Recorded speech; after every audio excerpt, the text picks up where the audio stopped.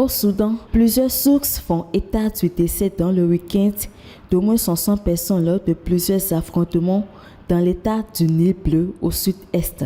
Dans ce pays dirigé par les militaires, depuis le coup d'État d'octobre 2021, la tension sociale est à son comble.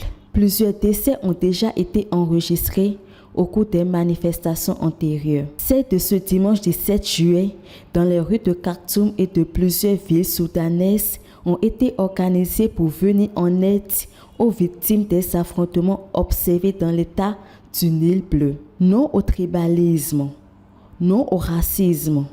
Nous sommes une famille. Telles étaient entre autres les clameurs qui se faisaient entendre. Selon les manifestants qui ont été dispersés par la police à l'aide des tirs de grenades lacrymogènes, la résurgence des violences tribales de ces derniers mois n'est pas sans lien avec la politique menée par les autorités putschistes.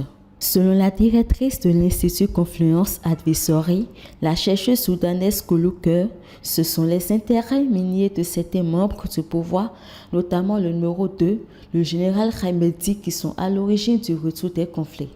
Les manifestants d'hier n'ont pas hésité à pointer du doigt les militaires qui, selon eux, se servent des rivalités ethniques pour se répartir les richesses de ces régions au détriment des populations locales.